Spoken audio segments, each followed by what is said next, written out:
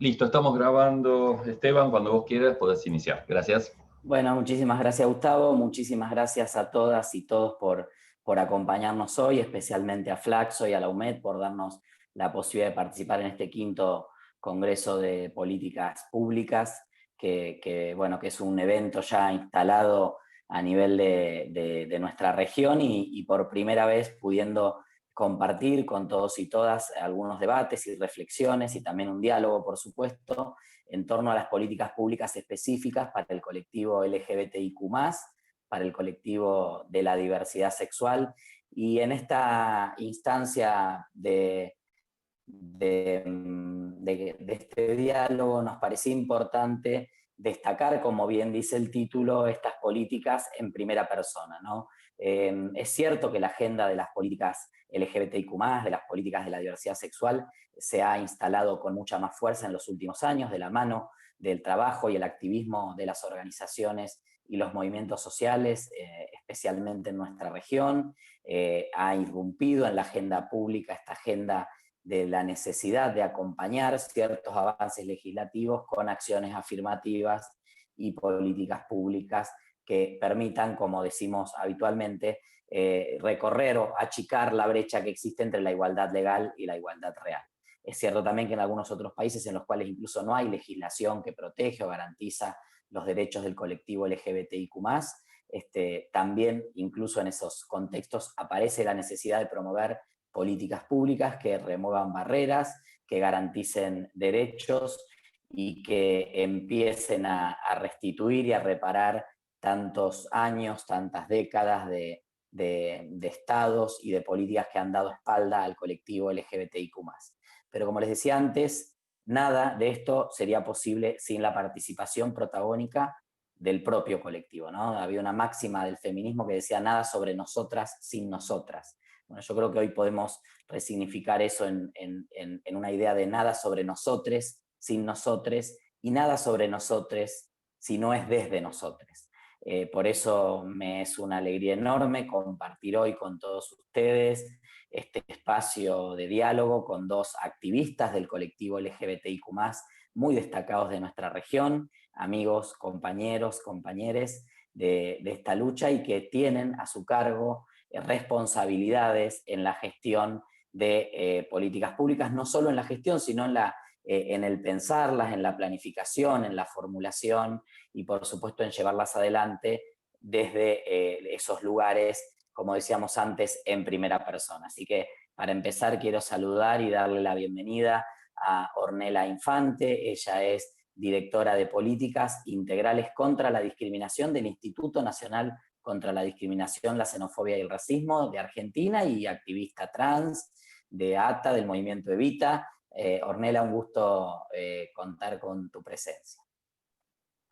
Muchas gracias, Esteban. Aprovecho también para saludar a todos, a todas y a todes y darles las gracias, por supuesto, por la convocatoria, también por tocar estos y otros temas también, en los cuales nos invita a pensar, por supuesto, a diagramar estrategias, por ahí compartiendo las buenas prácticas y por qué no también lo malo que nos pasó en el camino para evitarlo después a que en otros países, en otras localidades, también suceda esto. Así que muchísimas gracias por la invitación.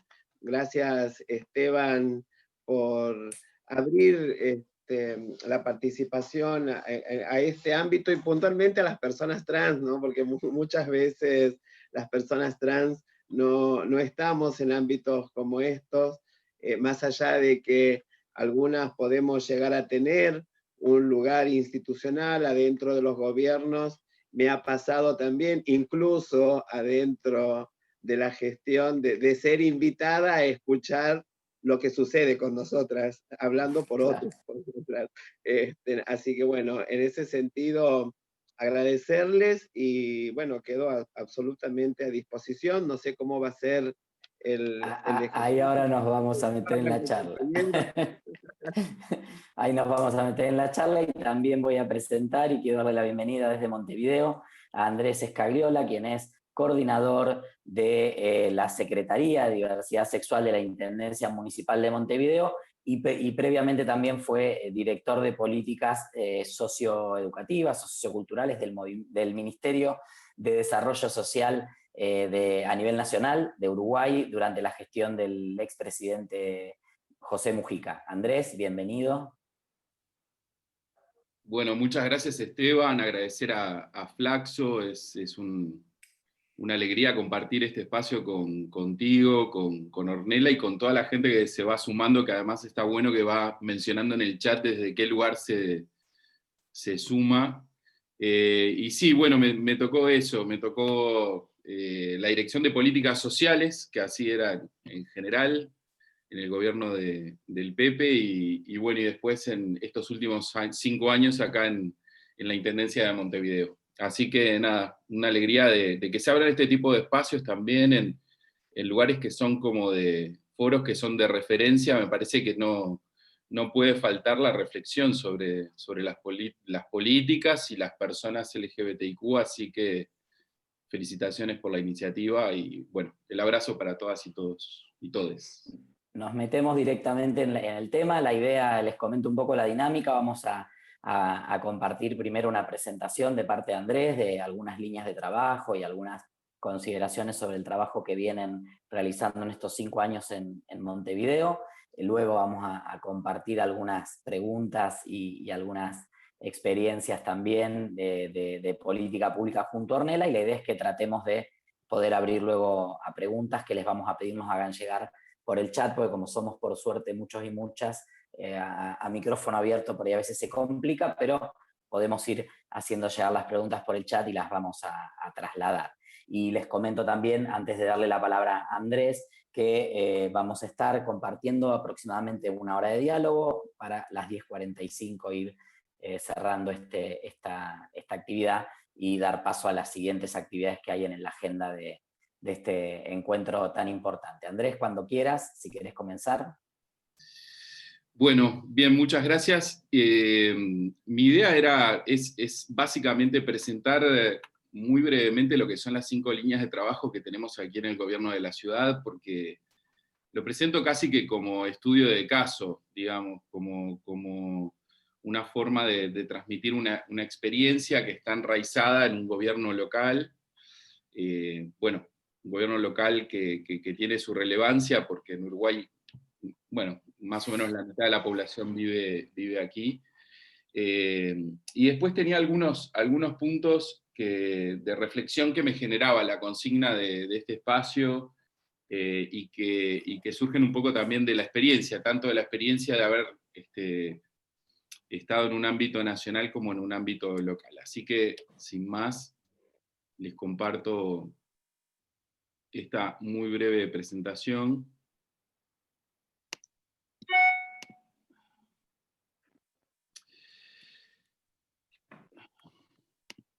Segundo, ahí. Bueno, nada, lo primero a decir que nosotros cada año instalamos una consigna, digamos, muy atada a septiembre, que acá es el mes de la diversidad. Nuestra gestión iba a terminar en julio, pero después la pandemia la fue extendiendo y nos regaló la posibilidad de en septiembre poder generar una nueva propuesta de sentido, una nueva idea a transmitir al conjunto de las personas que viven o transitan por Montevideo. Y la propuesta, en este caso, después si tuviéramos tiempo, tenemos como el video que se generó en relación a la propuesta de este año, pero ya habíamos trabajado sobre orientaciones sexuales, habíamos trabajado sobre identidades de género, y nos parecía que ahí tenemos, y lo planteo de arranque porque me parece que también es un desafío, cómo trabajar las identidades no binarias, ¿no? Y cómo trabajar también las expresiones de género. Me parece que ahí, en este camino que vamos construyendo desde la política pública, tenemos que ir ensanchando las posibilidades de ir incorporando distintas dimensiones de lo que es nuestra diversidad sexual y de género. Así que, nada, compartirles que este fue uno de nuestros ejes en este último tiempo, que se sintetizaba en esta frase del así te quiero, que era una forma de decir desde la ciudad a las personas así te quiero, y también una forma de interpretar cómo las personas desde su diversidad sexual y de género quieren a la ciudad de Montevideo, ¿no?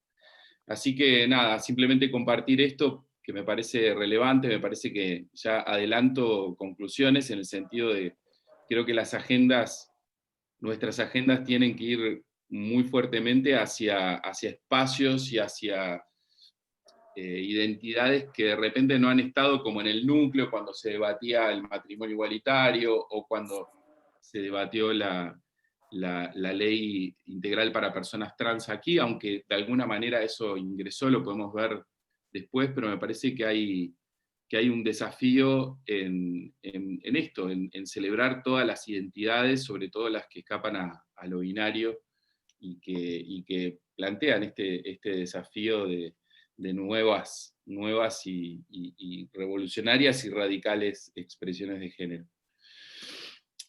Básicamente el trabajo acá en Montevideo, para darles un poco de contexto, Montevideo desde el año 2008 celebra su mes de la diversidad, pero no tenía un espacio institucional. Básicamente apoyaba algunas acciones, y no pasaba de ahí, creo que en parte por la confianza de que eso lo pudiera hacer el nivel nacional. Ahí hay algo también a reflexionar. Durante 15 años acá hubo gobierno de izquierda a nivel nacional, y eso hacía que, y además la demanda estaba muy concentrada en conseguir leyes, en conseguir reconocimiento jurídico, y entonces, de alguna manera, el espacio de lo local todavía no tenía un lugar en la agenda, ni siquiera del propio movimiento de la diversidad sexual y de género aquí. Ahí por 2015, un poco este fue el desafío, y por eso empezamos con una agenda, un espacio de reflexión tanto al interior del gobierno de la ciudad, como con los movimientos y con los colectivos, las organizaciones y personas, no necesariamente adscriptas a colectivos, de decir, bueno, ¿cuál sería una agenda de ciudad? ¿Cuál sería una agenda local? ¿Cómo debería ser esa agenda en este proceso que era, por un lado, empezar a generar una institucionalidad como la Secretaría de la Diversidad, pero también generar una reflexión sobre qué papel tenía para jugar el gobierno local en todo esto? Ahí UNFPA y ONUCIDA nos dieron una mano importante porque, bueno, la Secretaría al principio era de una única persona. Me da mucha gracia esto de políticas públicas en primera persona, porque efectivamente en el arranque casi que era en primera persona. Y ahí abrimos 5 líneas que les comento brevemente. La primera era generar conocimiento, ¿no? No se transforma algo que no se conoce, y parte de la invisibilidad de la temática LGBTIQ tenía que ver con la poca producción de conocimiento, y esto tiene que ver con estadísticas, tiene que ver con trabajos académicos, tiene que ver con producción de conocimiento en un sentido muy amplio. Ahí estamos generando, y de hecho parte del cierre de esta gestión ha sido terminar de editar los últimos trabajos, pero bueno, fuimos generando, y en una colección con un sentido bastante coherente, fuimos generando trabajos, algunos académicos, otros tienen que ver con relatorías de espacios que se fueron dando, pero por ejemplo, generar conocimiento sobre los baños públicos, y ahí hay Montevideo está en un trabajo súper interesante para intentar deconstruir esa tecnología del género que son los baños públicos segregados. El trabajo de Diego Sempol, que se llama La Última Segregación, me parece como bastante paradigmático en ese sentido, en relación a cómo admitimos y convivimos permanentemente en el espacio público con espacios segregados por género, ¿no? y tan violentos en sí mismos. Generamos información e investigación sobre políticas de salud, sobre interseccionalidad, sobre diversidad religiosa, sobre arte trans, a la luz de la Semana de Arte Trans, que ha sido tan importante acá en Montevideo, y que de hecho ha sido un espacio súper lindo como para juntar y generar red artistas y artistas trans de América Latina, un espacio de encuentro que para nosotros quizás de las mayores alegrías que hemos vivido, y bueno, y sobre los espacios públicos, y ahora el último libro va a ser sobre el futuro, donde invitamos a referentes de América Latina a pensar sobre el futuro, y a su vez también estamos planteando una estrategia, bueno, cómo caminar los próximos 10 años. Después podemos volver sobre esto, pero generar conocimiento, generar información, generar datos, generar análisis, reflexión, ¿no? Tiempo de reflexión sobre lo que hacemos es absolutamente fundamental, porque es la masa crítica que después te permite construir política pública. Lo otro bueno, que es una línea de trabajo permanente que va muy en línea con lo que nos han enseñado las políticas de género desde hace bastante tiempo y con mayor desarrollo, que es este tema de la transversalización, sobre todo para espacios nuevos, con pocos recursos, poca plata, poco equipo. Lo fundamental es intentar transversalizar lo que la institución en la que estamos metidos hace, ¿no? Y esto vale para un gobierno local, para un gobierno nacional, para una organización privada, para una organización de cualquier tipo, que todo lo que hagamos tenga esta mirada transversal. Ahí la foto es también de algo que nos ha dado como mucha alegría, que es, bueno, sensibilizamos y capacitamos intentando saldar la deuda que arrastramos desde la educación formal, ¿no? Todas nuestras capacitaciones y sensibilizaciones intentan compensar eso que el sistema educativo no hace, que es educar en diversidad sexual y de género en el más amplio sentido. Bueno, acá nos metimos muy fuerte, más allá de que han pasado como más de 1.500 funcionarias y funcionarios por estos talleres, nos metimos muy fuertemente con el tema salud, y acá particularmente con el tema de salud integral para personas trans, ya que el gobierno de la ciudad tiene 24 policlínicas en territorios muy atravesados por la exclusión social, así que esto ha sido como una línea central para nosotros, también desde una idea de, bueno, cómo desde un equipo chico llegamos al territorio. ¿No? Uno puede decir, llego al territorio, voy, hago una actividad, vuelvo y me quedo tranquilo porque llegué al territorio. No, bueno, llegar al territorio es fundamentalmente trabajar con quienes están ahí, quienes ya tienen vínculos de confianza con sus contextos, quienes los conocen. Y esto de las policlínicas para mí es como bastante notable y un motivo de alegría, porque también nos ayuda a salir de la idea de un lugar específico para personas trans o un lugar específico para personas LGBT e ir por la apuesta de decir, no, las 24 policlínicas con esta mirada. Así que ahí también hay otro tema que si después quieren conversar, para nosotros es como de mucha alegría. Después el tercer eje, si el primero era generar información, el segundo era transversalizar, el tercero tiene que ver con lo cultural. Esto pasa mucho a nivel de ciudad, por lo que conozco a nivel latinoamericano, y es que las ciudades tienen como una fuerte incidencia en instituciones culturales, en centros de formación. Entonces, un gran desafío, y ocupó un lugar muy importante para nosotros, se ocupa un lugar muy importante, es precisamente que todo ese aparataje cultural de alguna manera incorpore una mirada e incorpore en su programación la diversidad sexual y de género. Acá un aprendizaje, a uno le parece que el ámbito de la cultura y del arte está abierto, por su propia naturaleza, está súper abierto a la diversidad sexual y de género, y descubrimos que no. Otra cosa de la que después podríamos hablar un montón. Descubrimos que hay espacios que realmente están cerrados.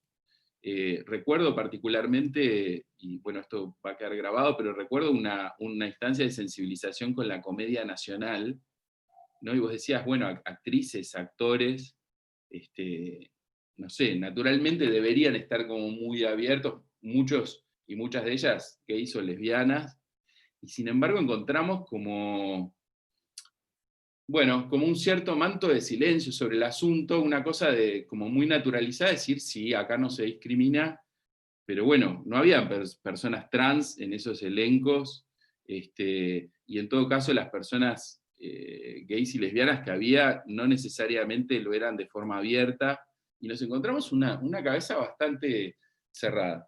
Y la otra reflexión de por qué meternos en las instituciones culturales de la ciudad tenía que ver con esto, que siempre vivimos diciendo que el cambio es cultural, pero si no hay políticas culturales para el cambio cultural, es muy difícil que digamos, ese cambio cultural va a ser lento. O sea que también hay una especificidad de las políticas culturales, que a veces dejamos de lado porque tenemos urgencias que tienen que ver con la salud, con la educación, con el trabajo, pero bueno, la política cultural tiene mucho que ver con la construcción de sentido, ¿no? Entonces, ahí hay todo un tema que también habría que profundizar en el futuro, porque me parece que es muy importante. Acá una directora de teatro, Nelly Goitiño, siempre decía pan y canto, ¿no? Pan en el sentido de las necesidades, los derechos fundamentales al trabajo, a la educación, a la salud, ¿no? Estas cosas que tienen que ver con nuestro bienestar material, pero canto también, ¿no? La construcción de sentido, que somos sin cultura, ¿no? Y ahí la Semana de Arte Trans, que esta es una imagen de la Semana de Arte Trans, fue la apuesta, básicamente en relación a personas trans, construir con ellas y con ellas, construir un reposicionamiento como sujetas del derecho a la cultura y como productoras de cultura. Y acá quiero mencionar, porque fue muy, muy importante, Suzy Shock, quiero mencionar a Lineker de Brasil, han sido como artistas muy, muy potentes, y bueno, y artistas uruguayas como Sofía Saunier, como Benja Runco, han sido súper importantes para la construcción de ese cambio cultural en Montevideo. El desafío, el cuarto de estos 5, territorializar las políticas, ya digo, a través de quienes ya estaban trabajando en territorio y que se presentaron como aliados y como aliadas de este trabajo. Ahí construimos una red.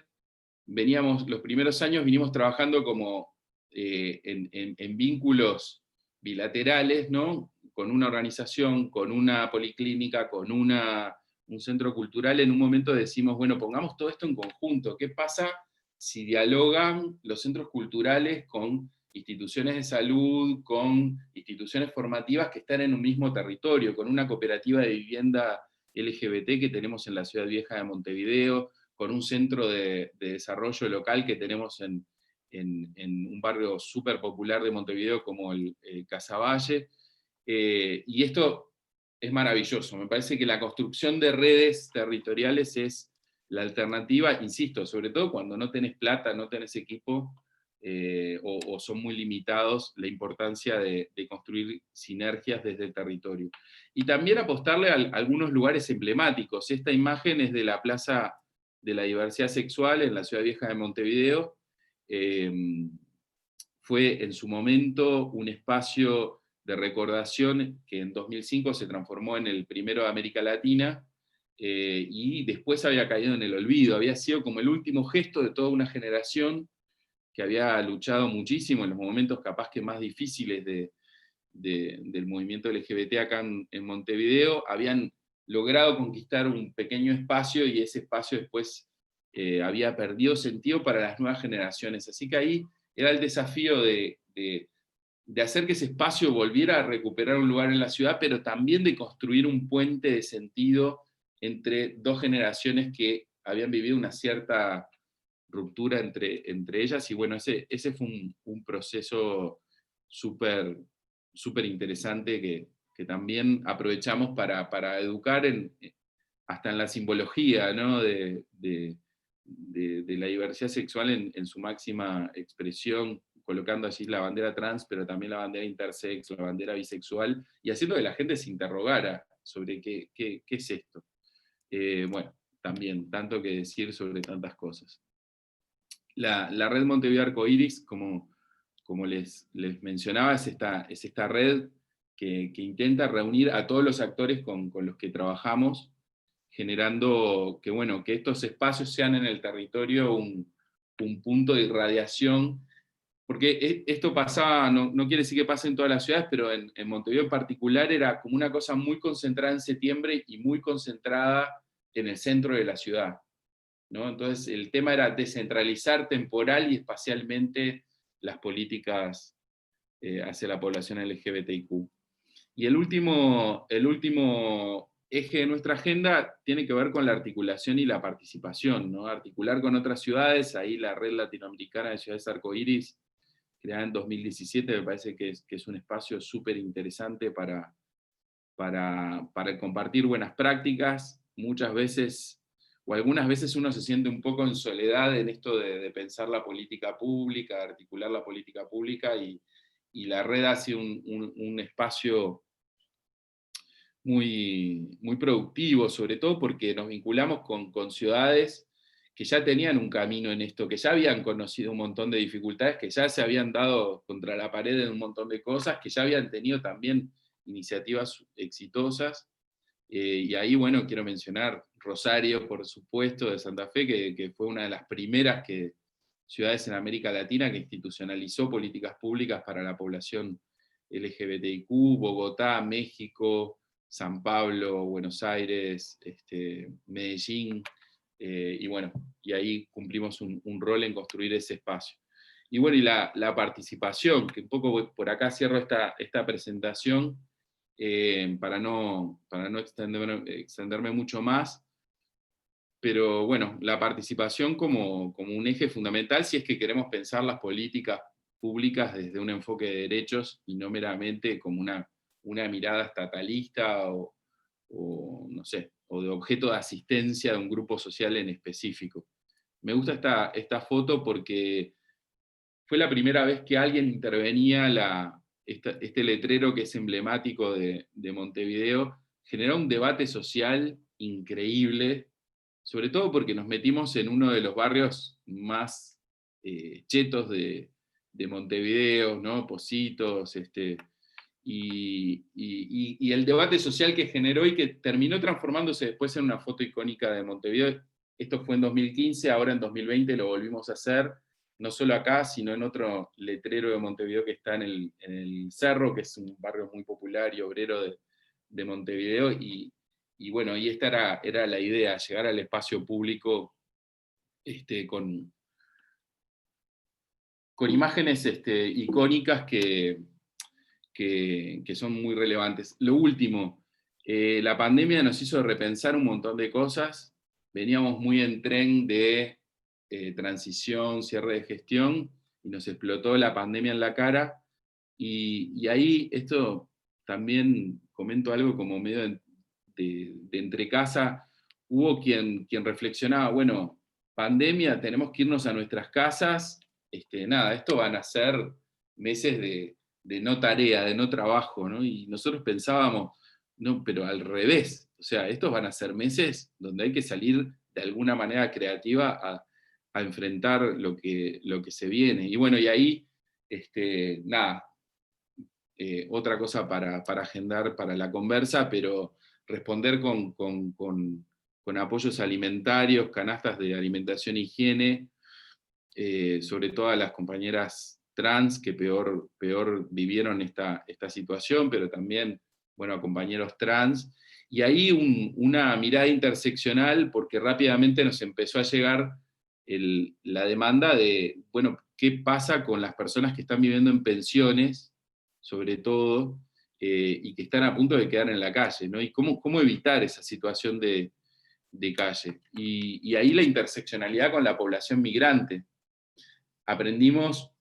Hicimos una especie de doctorado en migración y LGBTIQ, entendiendo ahí la vulnerabilidad añadida no añadida, sino potenciada, multiplicada del ser migrante y haber llegado 2 semanas antes de que se declarara la pandemia y no tener ningún vínculo con la protección social, no tener seguro de desempleo y estar colgado de un pincel. bueno, ahí también fue como súper importante.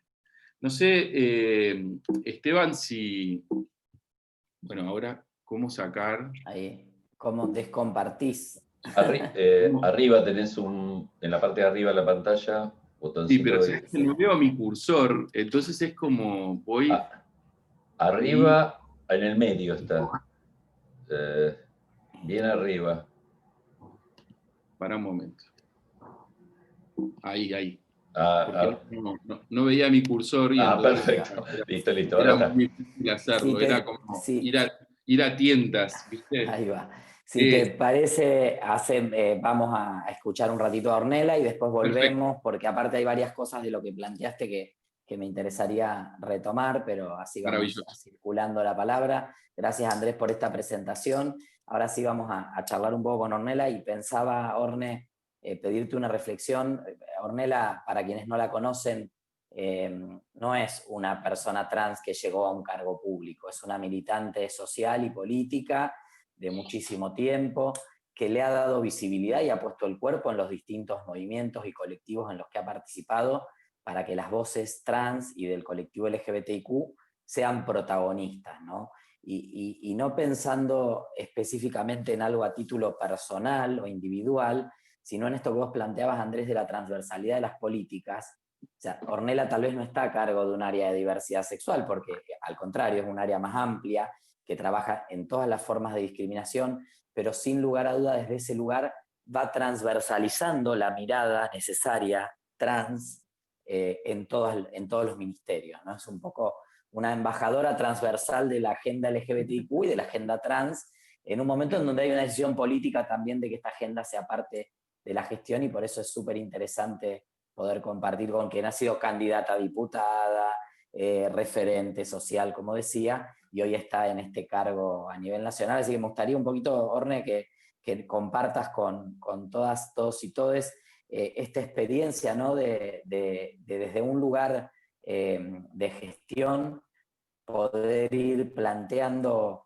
la transversalidad de estas políticas, ¿no? La necesidad de que estas políticas públicas lleguen a todas las áreas y a todos los ministerios.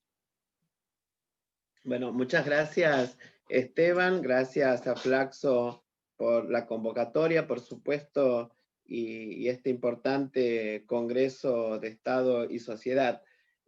La verdad que ahí lo escuchaba al compañero que me precedió la palabra, y hay tantos puntos de encuentros que me parecen tan importantes. Primero, reconocer el trabajo de las organizaciones, ¿no? Porque sin el trabajo de las organizaciones, de los movimientos sociales, feministas, de la diversidad sexual, es muy difícil que se dicten políticas inclusivas apuntadas a diversos sectores que lo demandan, sin esos sectores a los cuales se pretende llegar, ¿no? Aunque por ahí también existen aquellos que se creen los iluminados de la política y que van a generar una política de inclusión sin ese sector, también existen. Pero acá en Argentina las organizaciones de la diversidad sexual hemos trabajado muy fuertemente para que los gobiernos de los distintos signos políticos al menos no se escuchen cuando no nos ven y puedan tener también en sus escritorios nuestras agendas. De ahí a que las lleven adelante, bueno, hay que empujar para que así suceda, y esto lamentablemente no sucede en los diversos partidos políticos, ¿no? No voy a decir que el mío es el vanguardista y que no nos sucede en esto en nuestras localidades, estaría faltando la verdad. Podemos decir que es un movimiento vanguardista, pero que hay en algunas provincias en donde tenemos que estar empujando fuertemente para que esa voluntad política que hoy, que recién Esteban decía, que tenemos a nivel nacional, porque el gobierno viene instalando varias de nuestras agendas, también lo lleven y lo repliquen en las provincias. Primero, contarles que en nuestro país tenemos una democracia muy joven, las personas trans o las personas de la diversidad sexual, o puntualmente los varones gays y las mujeres transexuales, quienes fuimos perseguidos, encarcelados, encarceladas y hasta torturados en plena democracia por esos códigos contravencionales que nos criminalizaban.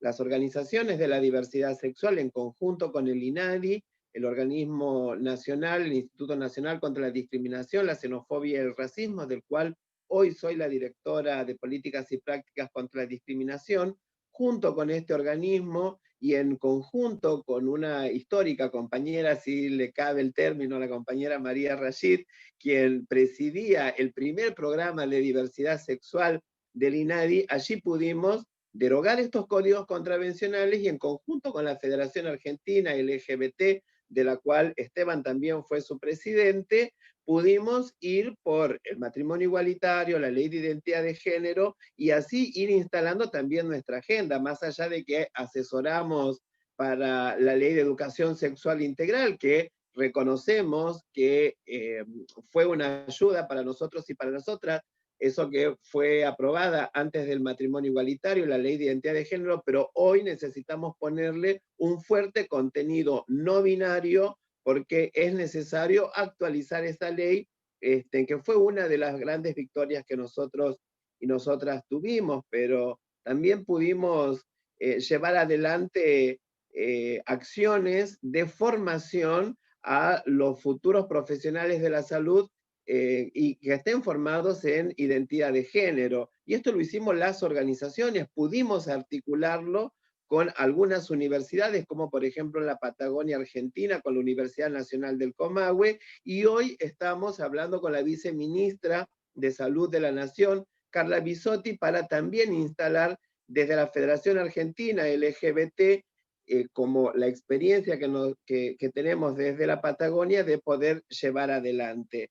Pero estas agendas deben ser, por supuesto, agendas tomadas por el gobierno. Y hoy acá lo quiero decir que desde mi lugar como funcionaria del gobierno argentino, aunque tengo más experiencia como tirapiedras que como funcionaria, ponerle fuertemente este tinte y, por supuesto, hacer que el gobierno y quienes integran el gobierno tengan estos tintes populares, disidentes, para poder llevar adelante acciones. Si bien nosotros y nosotras, desde que asumimos el 10 de diciembre en el gobierno, podemos comentar que hemos logrado un programa nacional que se llama Potenciar Trabajo, que en principio lo ideamos para las personas trans, en las cuales accedieron más de 5.500 personas trans, y hoy esa política es para todos, para todas y para todes en el gobierno argentino, como una salida también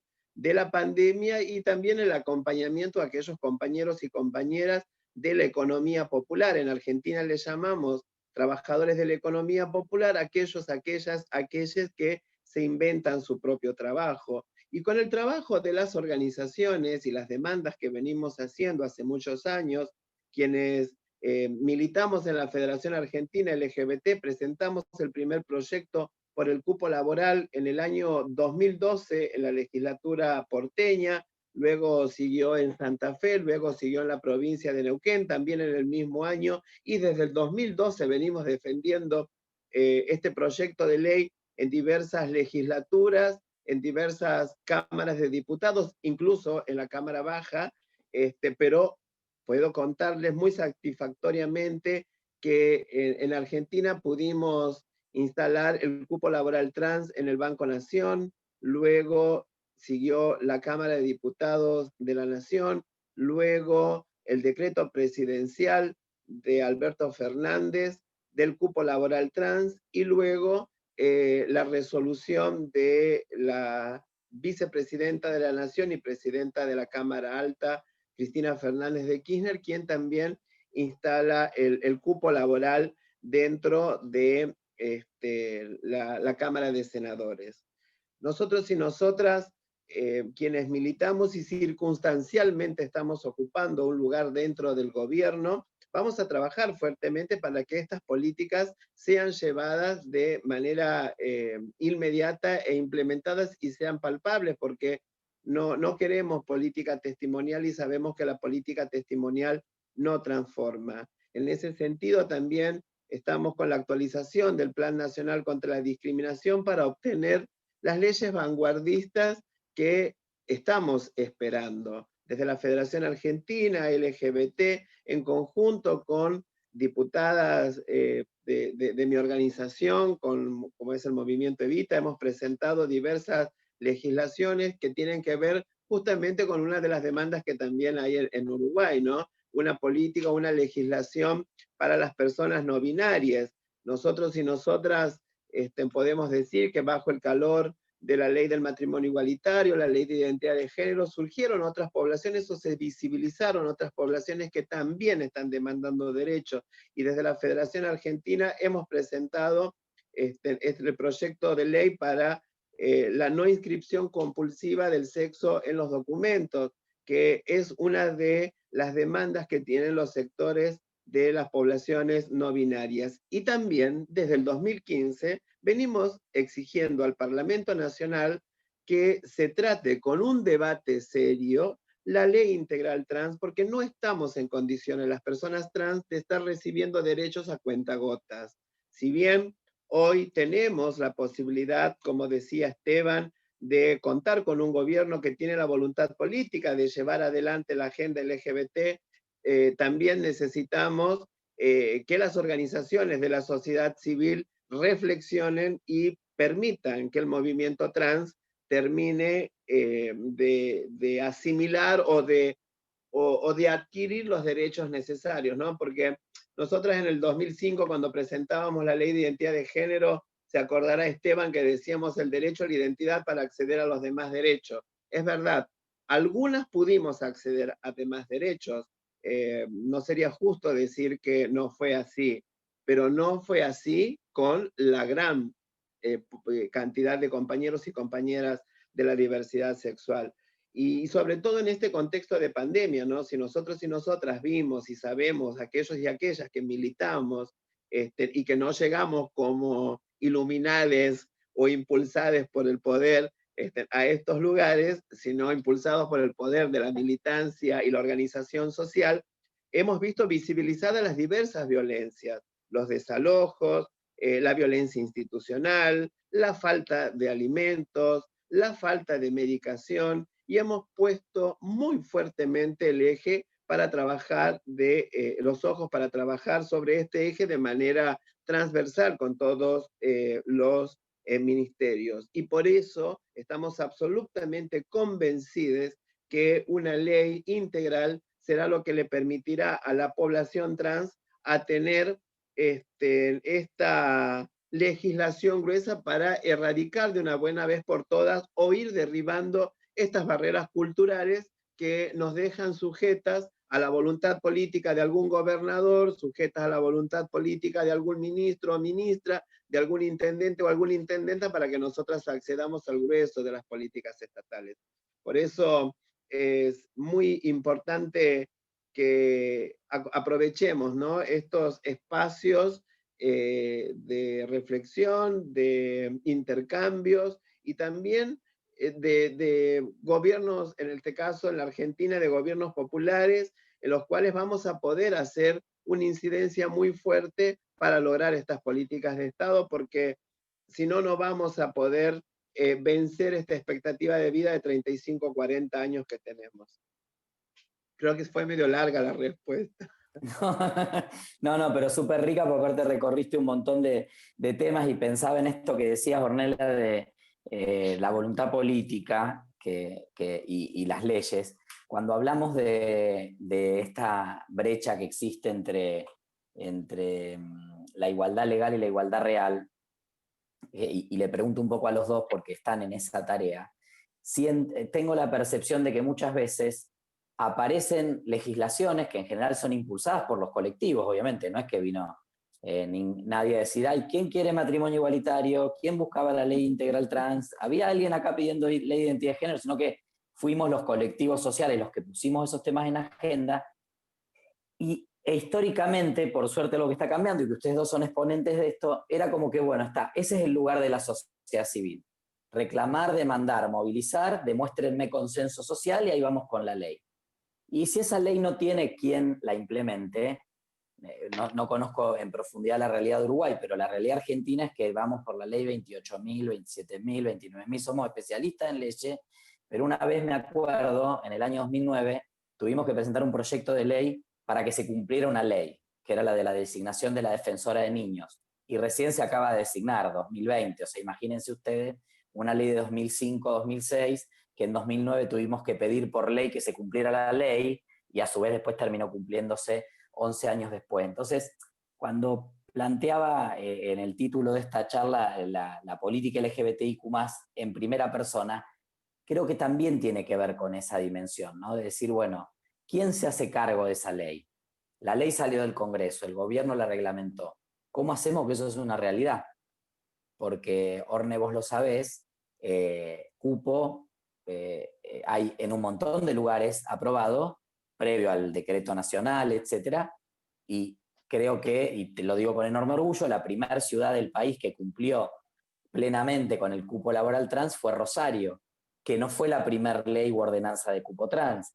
Y hay algunas que aún hoy todavía no han hecho ingresar ni a una persona trans y tienen más de 5 años. Entonces, ¿cómo valoran ustedes esta posibilidad, ¿no? Desde adentro, lograr que esas expresiones de deseo que plantean las leyes se transformen en una realidad. Yo creo que hay que dar las discusiones, y aunque no nos vean, no nos miren con buenas caras, yo cada vez que abro la boca, empiezan a mirarme, como me miraron toda la vida, de reojo o por arriba del hombro. Porque yo creo que si llegamos a estos espacios, y esto lo digo con la responsabilidad que tengo que tener como militante y como integrante del gobierno, llegamos acá para transformar la política clásica. Yo no llegué a estos ámbitos del gobierno nacional para ser una aplaudidora serial. Las organizaciones en las que milito no me asignaron ese rol, no me pusieron en estos lugares para aplaudir cosas sin sentido. Y en ese sentido hay que dar las discusiones adentro, porque si no queda en la política testimonial, y la política testimonial lo decía en campaña y lo sostengo porque es algo que lo pienso, no transforma. Nosotros y nosotras necesitamos derribar hasta dentro del gobierno las barreras culturales. Nosotras, quienes venimos de los movimientos piqueteros, yo soy una travesti piquetera, yo formo parte de la conducción nacional del movimiento Evita, que es una fuerza muy importante en la Argentina que milita por diversos sectores, como nosotras y nosotros le llamamos los últimos de la fila. Y por ambas razones soy mirada de la misma manera, por ser una piquetera y por ser una militante trans. Y hay que transformar la política desde adentro. Nosotros y nosotras debemos de impregnar de militancia popular y feminismo popular y disidente a aquellos funcionarios que solo conocen de nuestras realidades a través de los textos escritos en las universidades, o bien que le pasan los papelitos los asesores, las asesoras 5 minutos antes de los actos o de lanzar un evento, y después se levantan y se van. Sabemos cómo funciona, no vamos a permitir eso desde el gobierno, por eso también estamos trabajando muy fuertemente en la aplicación de la ley Micaela, que es una ley que obliga a los 3 poderes del Estado a formarse en políticas contra la violencia machista, y en ese sentido también en políticas a favor de la diversidad sexual. Hay que contagiar de feminismo popular y disidente a los funcionarios para que dimensionen de qué se trata, porque muchas veces el gran trabajo de las organizaciones, de la sociedad civil, ha logrado imponer nuestras agendas, pero lo que no hemos logrado es derribar esas barreras culturales del pensamiento binario, del pensamiento sectorial, que muchas veces siguen multiplicando esas violencias que queremos erradicar. Y la violencia también debe leerse cuando se habla por nosotros, por nosotras, se generan cosas sin nosotros y sin nosotras. Así que hay que contagiar de nuestras militancias a la política clásica de nuestros países para que dimensionen y vean que cada vez que nosotros y nosotras obtenemos un derecho, no le quitamos un cacho de felicidad a nadie, simplemente hacemos una sociedad más rica, más jugosa en cuestión de derechos para todos y para todas.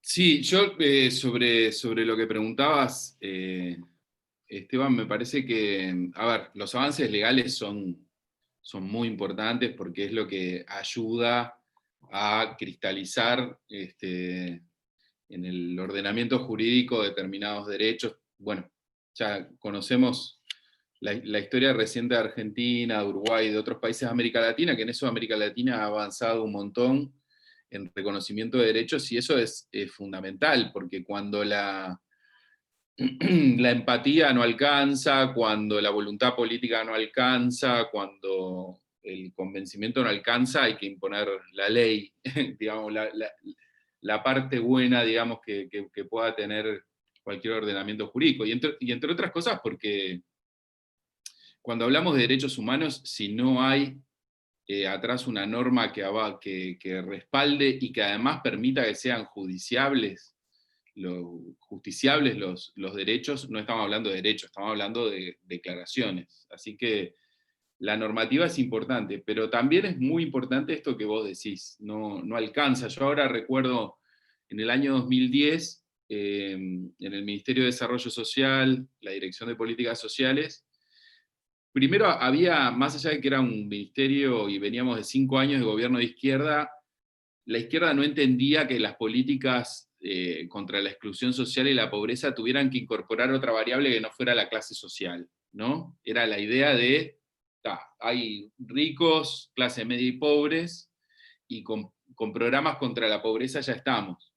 Y no incorporaban otros ejes, ¿no? Nosotros ahí, bueno, nos llevó un debate muy fuerte el tema de intentar convencer que desde una mirada de justicia social y de derechos humanos había que incorporar el eje étnico-racial, que había que incorporar el eje migrante, que había que incorporar el eje de la diversidad sexual y de género, porque la pobreza cruzada por estos otros ejes tenía su propia intensidad, su propia complejidad.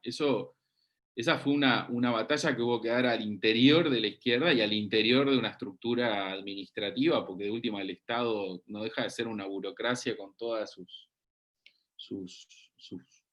con todos sus frenos que siempre tienen las burocracias. Pero recuerdo una experiencia muy concreta. Nosotros en aquel momento que era todo nuevo y había que comenzar, bueno, ¿qué es incorporar la diversidad sexual y de género en aquel momento en los programas de lucha contra la pobreza? Y entonces convocamos a los colectivos para construir una agenda, y recuerdo que el primer tema que pusimos, hubo 2 temas, fue una agenda que obviamente la prioridad número 1 era la población trans, y fue una agenda que en el primero de los puntos era cómo hacer el cambio de nombre y sexo registral. Porque estaba en la ley que se había aprobado en el año 2009, era un proceso que incluía además pasar por una instancia judicial, con todo lo que implicaba. Esto fue reformado después en la Ley Integral para Personas Trans de 2018, pero en aquel momento entonces estaba centralizado en Montevideo todo el trámite, y además requería asesoría jurídica, ¿no? Requería un abogado. Entonces, ¿cuántas personas habían hecho el cambio a través de esa ley? Ninguna. Y básicamente tenía que ver con eso. No había plata para el transporte, no había plata para contratar un abogado o abogada. Y bueno, y ahí es donde entra la política pública, ¿no? Ver, a ver, el ministerio, ¿qué servicios jurídicos tenía? Bueno, ponerlos al servicio del cumplimiento de esa ley. ¿Cómo podíamos encontrarle la vuelta para poder bancar el costo del transporte y a su vez presionar a otra institución dentro del propio Estado para que saliera al interior del país a acercar la posibilidad a las personas trans que viven en el interior del país. Entonces ahí tenés, bien en concreto, te podés tener una ley, en aquel momento una ley que no era de lo mejor, pero era de los primeros avances normativos que se producían a nivel nacional, 2009, octubre de 2009, en América Latina, pero no tenías los recursos como para hacerlo posible. Pero yo quiero introducir otro elemento más, si hay tiempo, que es el segundo punto de esa agenda que construimos con los colectivos y las colectivas, era el acceder, por ejemplo, como esta cabeza era luchemos contra la pobreza sin mirar otros ejes de desigualdad, quedaban fuera de esa lucha o quedaban fuera de las prestaciones sociales las personas trans. Y entonces era, bueno, ¿cómo generamos una acción afirmativa, por ejemplo, en las transferencias económicas que prevemos para las situaciones de exclusión social? Y ahí nos llevó unos 9 meses de debate. Podría hablar un montón de esto, pero básicamente todos los instrumentos que se habían construido en la lucha contra la pobreza, ninguno ha sido pensado desde una mirada trans o una mirada de la diversidad sexual y de género. Por tanto, eran instrumentos donde enraizaban una idea muy heterosexista, ¿no? Y muy cisgenerista. Entonces, lograr cambiar eso también fue toda una lucha, pero lo que sucedió a partir de ahí, y es el acceso universal de toda persona trans en Uruguay a una transferencia económica mínima, pero transferencia económica al fin para enfrentar las situaciones de mayor exclusión social y pobreza. Lo que empezó a pasar ahí es que las personas trans empezaron a pedir esa transferencia, y algo que hicimos en aquel momento, recuerdo como algo súper interesante, fue empezar en cada departamento del país a agrupar a todas las personas trans que tuvieran la tarjeta. Porque muchas no tenían contacto con los colectivos. Entonces, el encuentro, la posibilidad de encuentro en distintos puntos del país empezó a generar nuevos colectivos en el interior. Entonces, me parece muy importante lo que dice Ornella, en tanto presión desde los movimientos sociales para infiltrar al Estado, para generar políticas, pero saber también que ahí hay una posibilidad de que las propias políticas que se generen refuercen la posibilidad de autoorganización y de construcción de colectivos para presionar.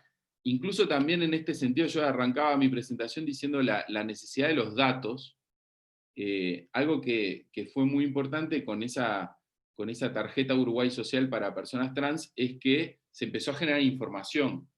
Esa información generó la posibilidad después de generar un censo trans, y ese censo trans generó la posibilidad de evidenciar las brechas que se presentaban en cada una de las políticas, en vivienda, en salud, en educación. Y eso generó también la posibilidad de presionar por una ley integral a partir de esta reflexión que tiraba Ornella y que es clara. El derecho a la identidad es el derecho a tener derechos, ¿no? Pero no basta, y hemos descubierto que eso no basta. Así que la importancia, sí, y me sumo de generar leyes integrales de derechos de las personas trans, con apertura también, lo decía Ornella, a lo no binario, ¿no? La ley en Uruguay incorpora también algunas puntas de apertura hacia el reconocimiento de identidades no binarias. Lo que estamos descubriendo ahí es que el registro civil todavía no está a la talla, digamos, todavía se resiste, ¿no? Una cosa es que esté consagrado en la ley, y otra cosa es que efectivamente eso después suceda. Si bien explícitamente hay una apertura hacia las identidades no binarias, después no se concretan a la hora de la aplicación, ¿no? Y ahí hay, como decía en el arranque, hay un desafío súper importante, ¿no? El de las identidades no binarias, y porque también dentro de las compañeros y compañeras trans, también hay como una apuesta a reivindicar identidades no binarias, ¿no?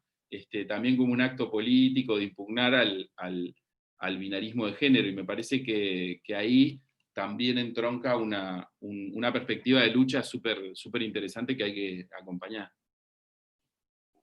Así es, vos sabés que en relación a esto que planteabas de aprovechar, en el buen sentido, las políticas públicas para activar al colectivo, yo siempre digo, bueno, una de las líneas de trabajo que llevamos adelante de los 4 años de la Subsecretaría de Diversidad en Santa Fe era fortalecimiento de la sociedad civil, ¿no? Un consejo de participación, pero sobre todo la constitución de los grupos, ¿no? Santa Fe es una provincia que tiene 363 ciudades o comunas, son pequeñas realidades.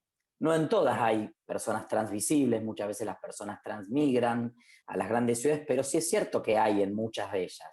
Y yo siempre ponía la figura gráfica de, como funcionario a mí, se me abrieron las puertas muchas veces por primera vez de un municipio o una comuna muy pequeña para tratar el tema de la diversidad. Por primera vez un intendente abría la puerta del municipio y te sentaba en una mesa, ¿no? Y hablaba de la diversidad. Yo era funcionario. Ahora yo me voy de ahí, no vivo en las 363 ciudades. ¿Y cómo sostenemos que esa puerta que se abrió sea efectivamente un canal de diálogo, de trabajo, de inserción concreta, ¿no? Entonces me parece que lejos de lo que muchas veces incluso creo puede estar en la pretensión, algo daba a entender Ornella, a veces la pretensión de los partidos políticos, nosotros que venimos, tanto Ornella como yo somos más más orgánicos de los partidos, esa pretensión de decir, bueno, tengo una trans de funcionario, bueno, hay una subsecretaría y hay un gay, y es del movimiento. Bueno, a ver, arreglame los quilombos, arreglame los problemas, ¿no? Esto digo, lavame los trapitos, o sea, haceme de parachoque. Y la verdad que yo adentro decía, no es mi rol ser parachoque o sea, si vos como gobernador o como presidente estableciste que querías priorizar esta política, bancátela, porque nuestro colectivo viene con muchas demandas, con muchas necesidades, con un atraso enorme en el ejercicio de la ciudadanía, y esto va a requerir recursos. O sea, hay una idea a veces, yo desde los 18 años, desde los 15 minutos en política, desde los 18 en políticas públicas, trabajé con jóvenes en un montón de espacios. Hay una fantasía de que abro la política pública, sobre todo las que son focalizadas o dirigidas a poblaciones clave, abro esa política pública, pero no me jodas. ¿Qué querés? ¿Plata encima? Bueno, no, sí. Si abro una demanda, si abro una oferta de una política pública, porque creo que esta población hay que trabajar. Y sí, eso requiere presupuesto. O sea, incorporar una persona trans por cupo requiere presupuesto. Una capacitación para que los equipos de salud de las policlínicas puedan dar los tratamientos hormonales y tengan perspectiva de derechos humanos en la atención y sean inclusives, etcétera. Es presupuesto de alguien que da un taller, presupuesto de la gente que destina su tiempo. A veces hay algunos dirigentes políticos que tienen la fantasía de que la política pública ocurre sola. Y yo siempre digo, voluntad política es presupuesto. Y en la medida que haya más voluntad política va a ser más presupuesto. Si no nos quedamos solamente con los enunciados, ¿no? Pero bueno, creo que también un rol nuestro, por eso también Ornella tan anclada siempre en la sociedad civil, esto que vos planteabas, Andrés, de, bueno, finalmente, probablemente hayas traído más de un dolor de cabeza con esta idea de que activar al colectivo. Y a nosotros también, a mí me ha pasado como funcionario, que me he tenido que comer también más de un San Benito, como se dice, porque, y con gusto, digo, hoy en ese momento lo hice decidido, y hoy lo veo en perspectiva, y lo volvería a hacer 100 veces, porque creo que en definitiva nosotros como funcionarios pasamos en un lapso temporal, pero el colectivo y el movimiento siguen ahí. Entonces, de alguna manera es nuestra oportunidad de dejar eso fortalecido para que cuando no estemos nosotros, que somos bárbaros, que tenemos la voluntad, que somos divines, que somos parte del colectivo, bueno, algún día no estamos nosotros. Viene otra que no le parece tan bien, y creo que eso es sumamente un rasgo importante de la política pública. Yo les quería comentar que tenemos muchos comentarios, ahora les voy a transmitir algunos, y tenemos 4 minutitos, así que para cumplir con los compromisos y aparte hacerlo ahí sintético e interesante, que la gente quede con ganas de más, y después si quieren, ahí Andrés ya compartió algunas redes en el chat, Orne, vos si querés compartir las formas de contacto con vos, y si no a través de Flaxo estamos obviamente siempre en contacto. Se planteó el tema de vivienda, esto que decía Andrés, de la necesidad de vivienda, las pensiones. Si querés, en 30 segundos, Andrés, comentar la experiencia que inauguraron en Montevideo en relación a un espacio específico de alojamiento que medio se inauguró en el marco de pandemia, ¿no? Bueno, básicamente empezó la demanda, porque empezamos a ver algo interesante fue que empezamos a generar una base muy importante a partir del contacto. Abrimos una línea telefónica que no existía, y generamos además algunos formularios online como para que la gente pudiera pedir el tema del apoyo alimenticio, y eso aprovechamos esa movida para entrar en un contacto bien directo y relevar otras demandas, ¿no? Me parece que la gente no solo come, también tiene otro montón de demandas, y claramente empezó a crecer la preocupación por qué pasaba cuando se terminara la plata para pagar la pensión. Y ahí, insisto, por lo menos en el gobierno, en Montevideo, la institucionalidad, ahora está garantizada la continuidad, y me divertía mucho porque uno de los cargos que todavía no se designó para el futuro gobierno es el de la secretaría, y un semanario bastante de derecha acá decía, uno de los cargos relevantes no designados es este, y pensaba,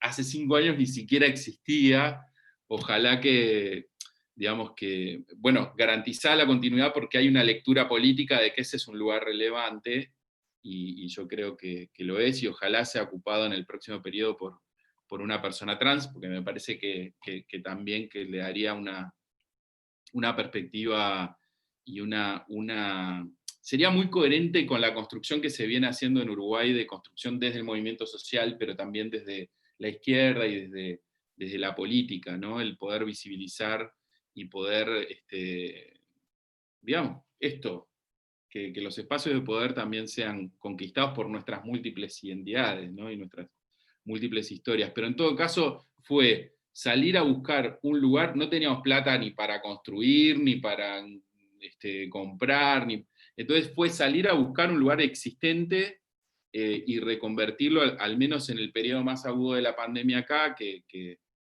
de alguna manera pasó de unos 4 meses, y bueno, y ahí conseguimos recursos, y lo que pasó es que había un hogar estudiantil que se llama Tocó Venir, para estudiantes del interior del país que vienen a estudiar en Montevideo, y por la pandemia se habían vuelto al interior.